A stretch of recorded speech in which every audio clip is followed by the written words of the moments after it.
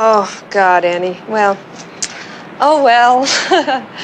La-di-da, la-di-da. How did Diane Keaton, the Oscar-winning star of Annie Hall and The Godfather, pass away? Hollywood woke up to heartbreaking news on the morning of the 11th of October 2025. Diane Keaton, the woman who redefined charm, wit, and independence on screen, has passed away in California at the age of 79.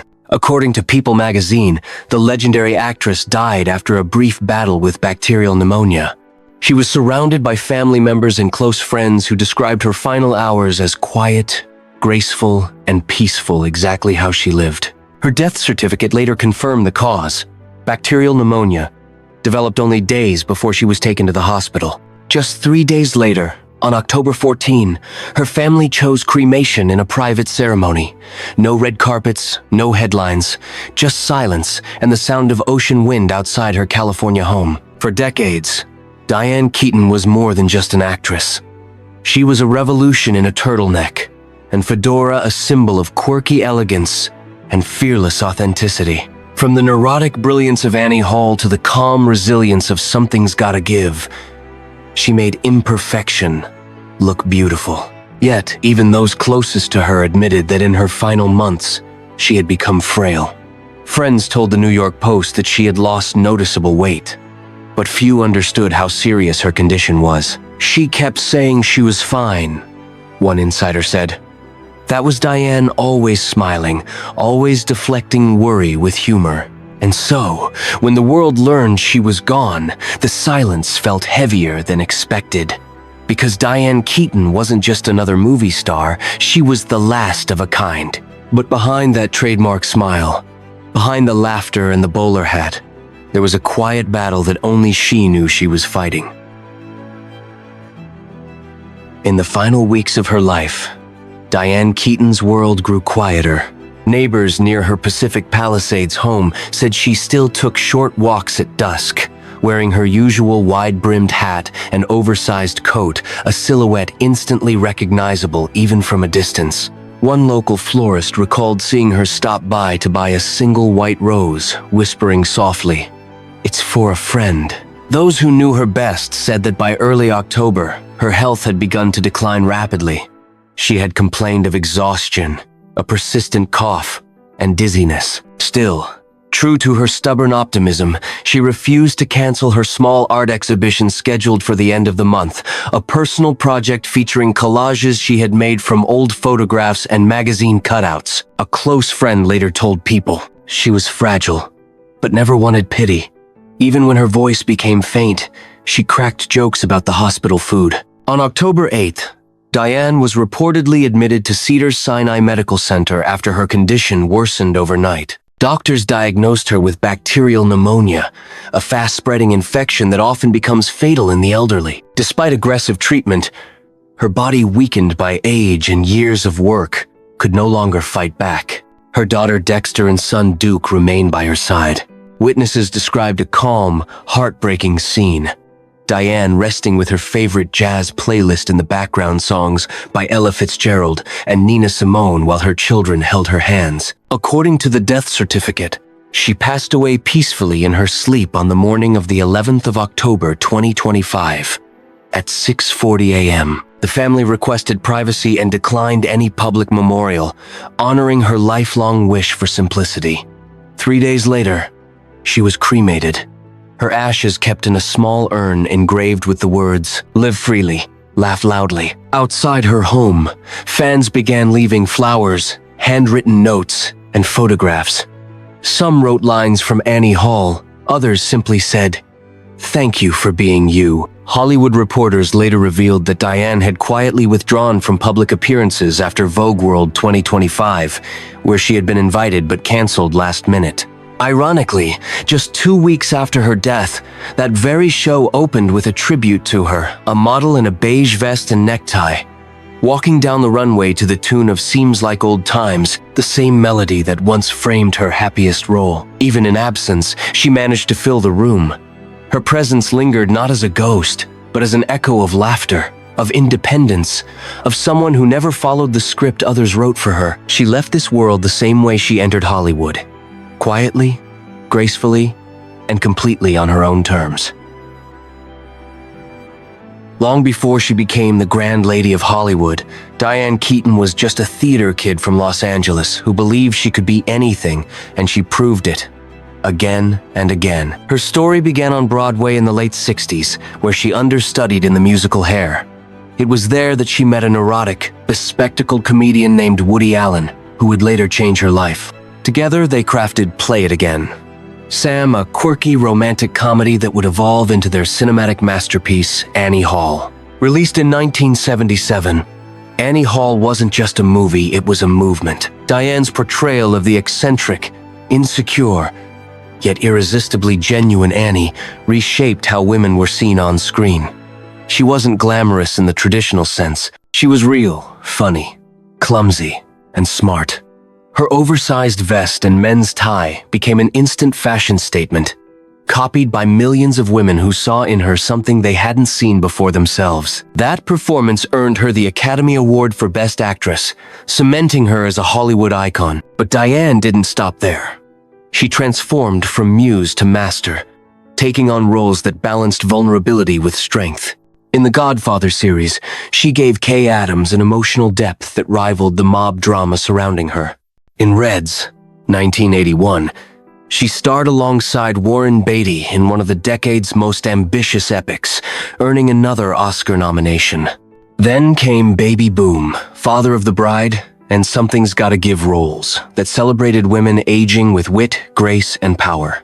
She was never afraid to be awkward, never afraid to age, never afraid to laugh at herself. As director Nancy Meyers once said, Diane didn't just act, she liberated women in every scene she was in. Her charm wasn't about perfection, it was about truth. And that truth made her unforgettable. Through 5 decades, Diane Keaton built more than a career, she built a philosophy.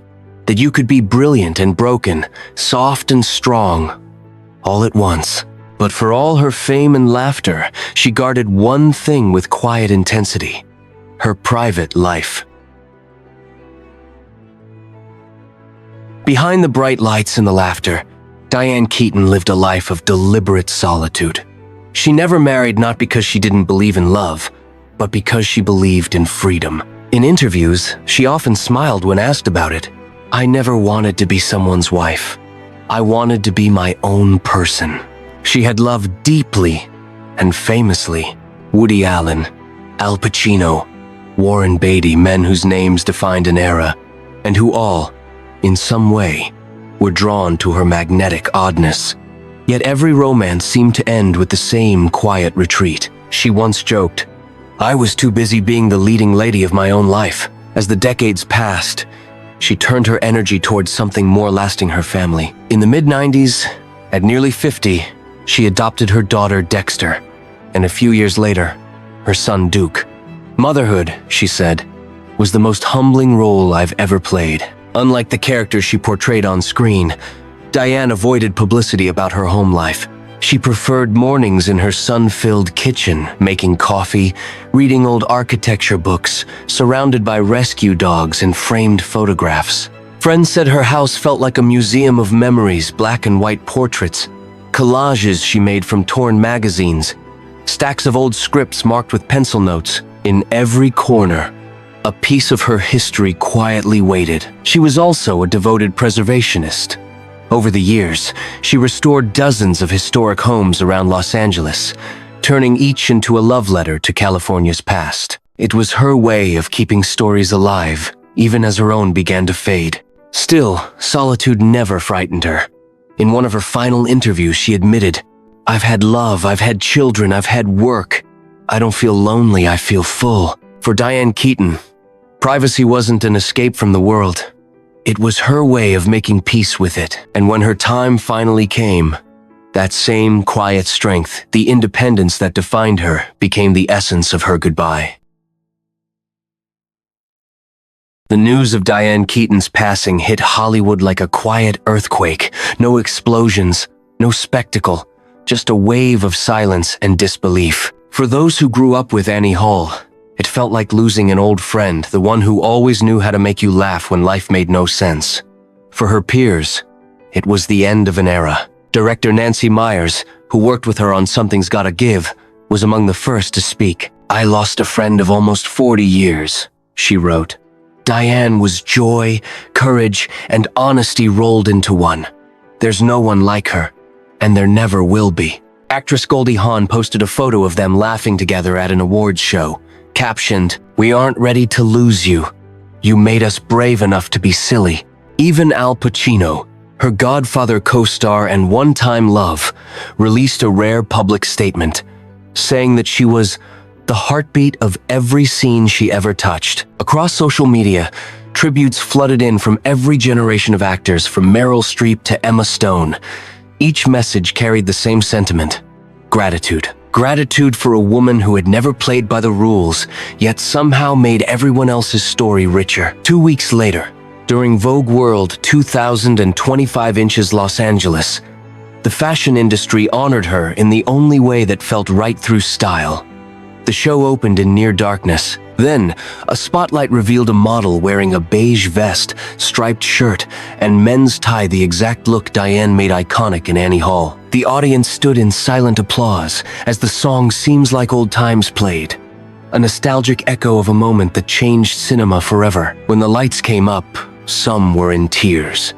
It wasn't just about the clothes, it was about what those clothes represented: individuality, rebellion, and self-respect. Even in death, Diane Keaton inspired people to stand taller, dress boldly, and live truthfully. She had always said she didn't believe in legacies, but watching that runway tribute, it was clear her legacy didn't need belief. It simply existed. 50 years.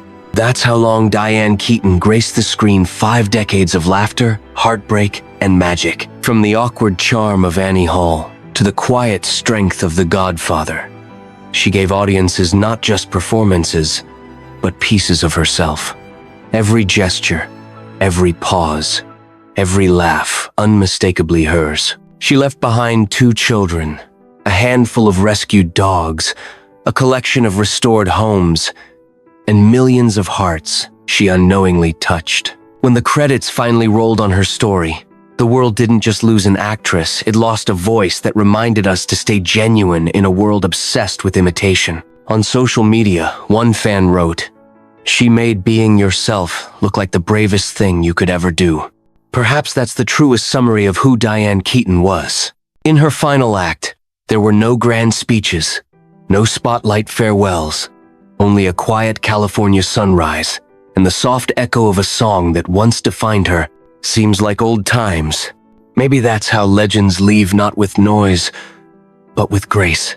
Goodbye, Diane Keaton. You taught generations how to laugh, how to love, and most of all, how to be unapologetically themselves. If you loved Diane's spirit, her courage, and her authenticity, leave a comment below and subscribe for more stories that honor the legends who shaped Hollywood.